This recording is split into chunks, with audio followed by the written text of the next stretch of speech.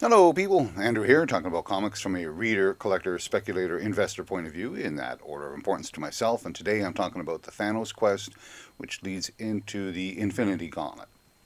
So in 1973, Jim Starlin, for Iron Man issue number 55, creates a character called Thanos.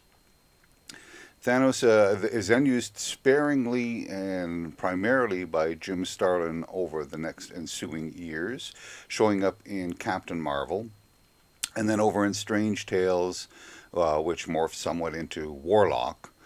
And finally, it comes to an end with two annuals, Marvel 2-in-1 Annual 2 and Avengers Annual number 7. And by the end of that particular Thanos storyline, Thanos is dead. And he stays dead for close to 13 years, if not 13 years. In 1990, Jim Starlin is now given the writing chores for the new Silver Surfer Volume 2. And in issue 34, he reintroduces Thanos. And that runs for a 5-issue series, 34 through 38, which is basically the resurrection and new motivation for Thanos. The idea then becomes that Jim Starlin is going to continue the story within the pages of the Silver Surfer. He's given the go-ahead to tell this story here, the Thanos Quest, to set up the events in Silver Surfer, because this one doesn't really involve the Silver Surfer. It is the Thanos Quest.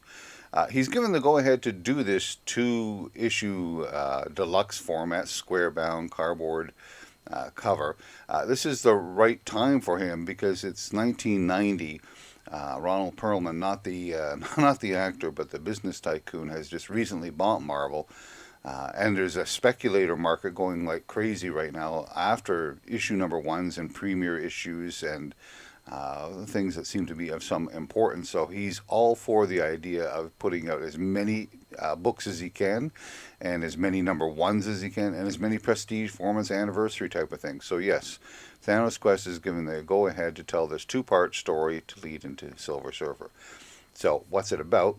It's about Thanos collecting the Infinity Stones or Infinity Gems.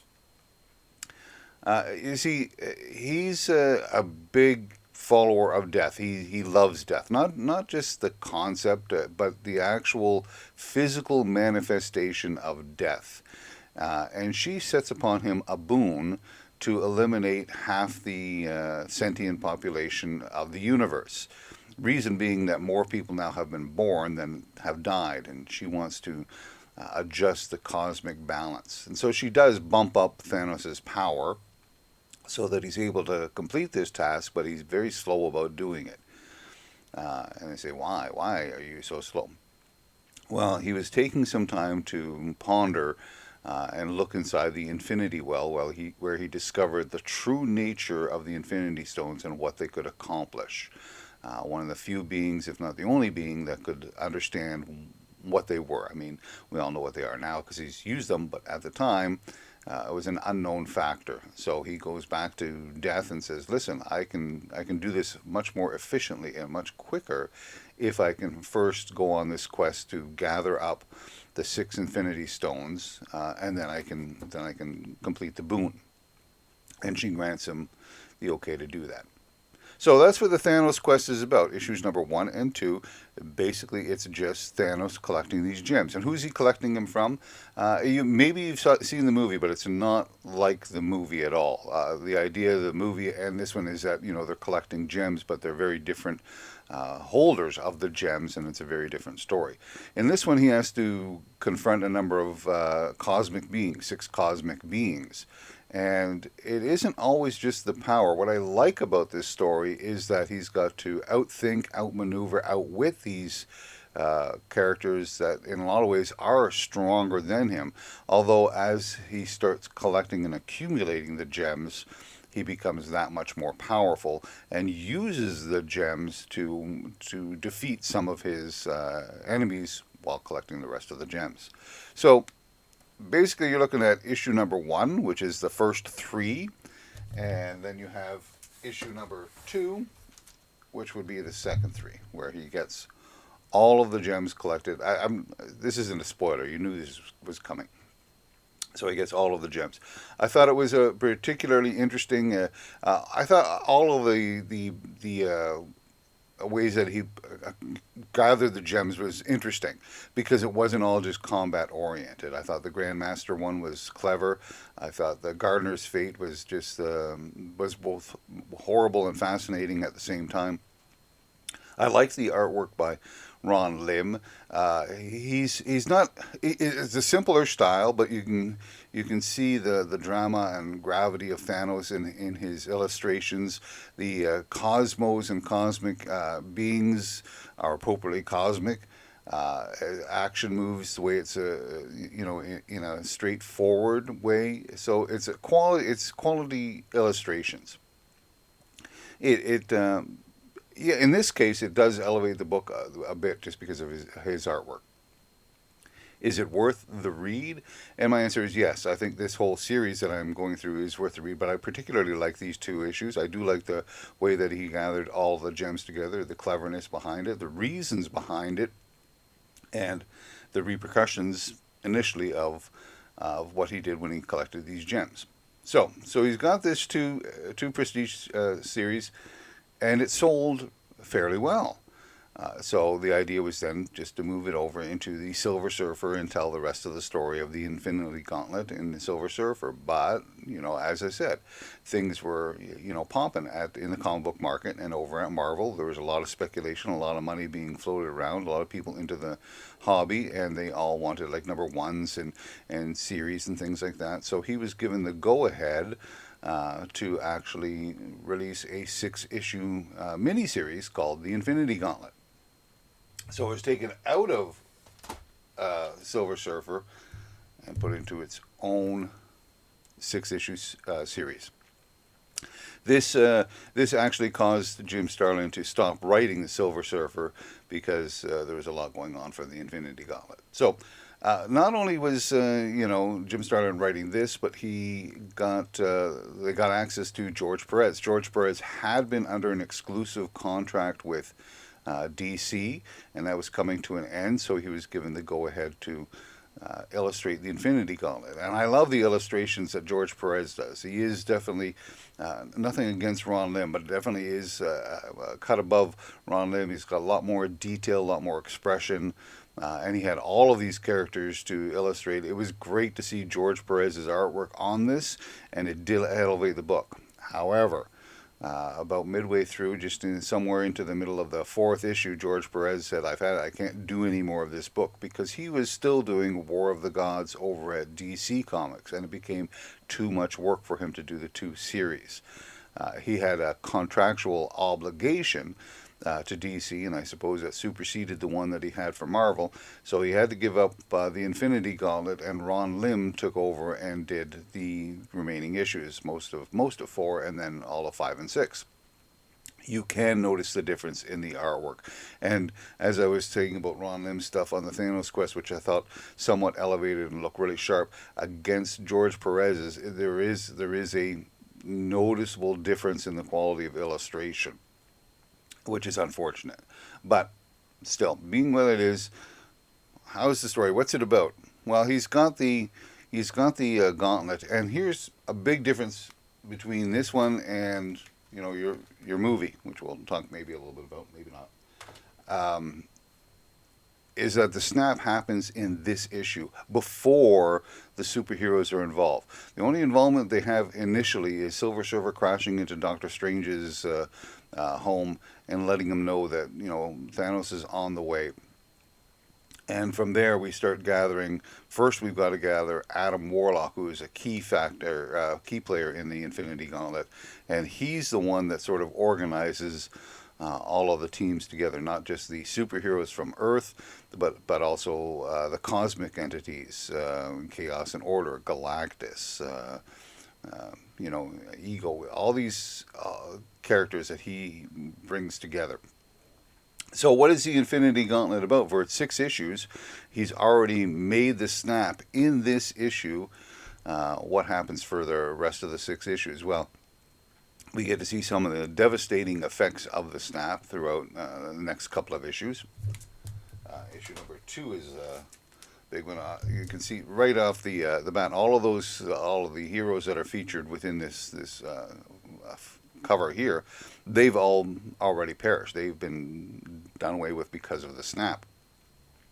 And it's also uh, what happens is that Thanos' anger, his rage, his use of the power shakes the cosmos themselves and to devastating effect, and our world itself is shifted off its axis, and there's all kinds of catastrophes.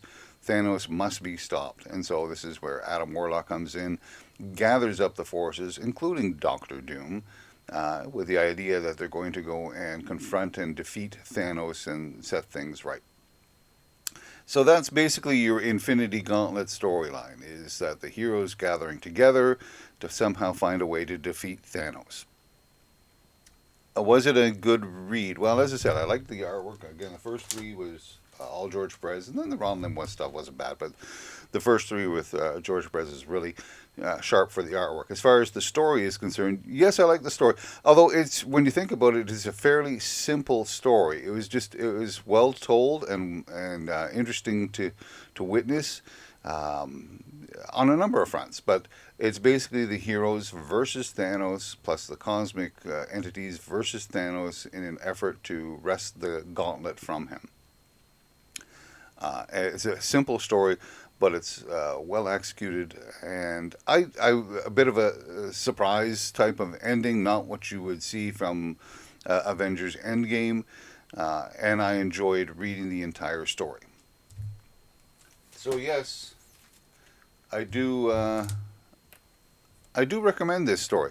Even if you've seen the film, and you think that you're going to just be reading the film, you're mistaken, because they are very different. They start off with a similar premise, which is the idea of Thanos gathering the stone, snapping his fingers, and wiping out the earth. But the execution, the actual story, they're very different.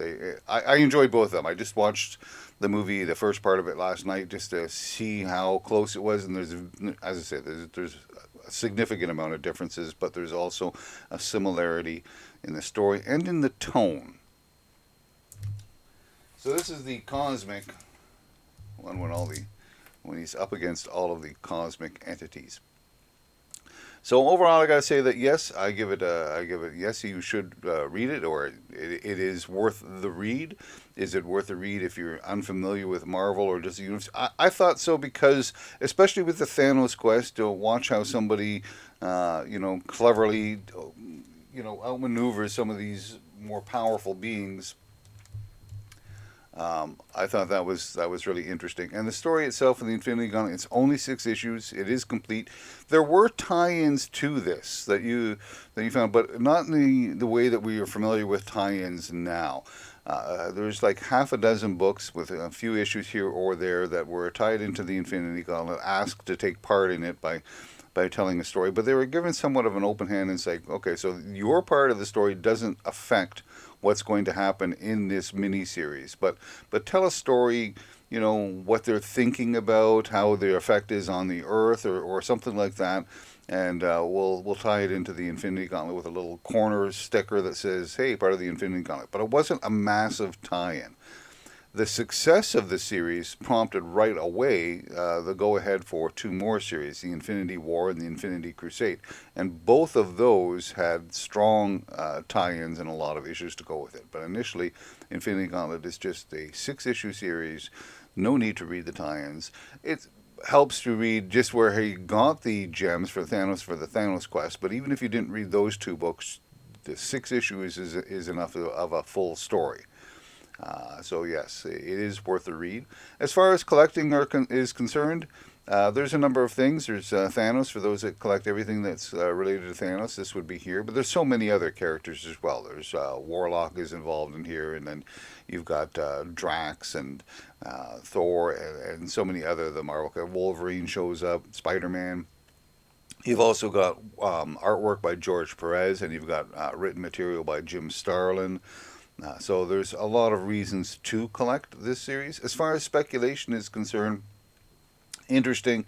that none of these books are really that expensive. It is even possible to find some issues of Infinity Gauntlet, probably in a little bit more battered condition or a lower grade condition, but you could possibly still find some of those in a dollar bin. They're not that expensive. The Thanos Quest and the six issues, you are looking at, I'm going to say, between $5 and $20 per book. And 20 is high end and high grade. I myself personally, I wouldn't have these graded because I don't see any long term investment in these books. They don't introduce anybody new. The Infinity Stones themselves appeared throughout various other books at other times. So there's nothing new here. It's just a good quality story, and nothing sticks as you see even from the movie when you snap your finger at all those characters that were dead. Well, they're not dead, so that part doesn't even stick. It's just a good story. You're going to be able to pick up the entire thing, I would think, for should be less than $100. So it should be somewhere between $50 and $100. You may even get lucky and buy it less than that. And again, depending on the grade as well. So that's it. Overall, good, and enjoy the movie too. I remember I watched it again last night. It's from 2018, and it brought back some of those ideas, memories of being back in that theater in 2018 and the excitement that was generated there. It is a good movie. It tells a slightly different story, but it's a very cinematic presentation of this story. I did like the first half, the Infinity War, much more than I liked Endgame. The Endgame is very different than the Endgame here in the Infinity Gauntlet. Anyways, that's it for today. Listen, be good to yourself and be good to others, and we'll talk again soon.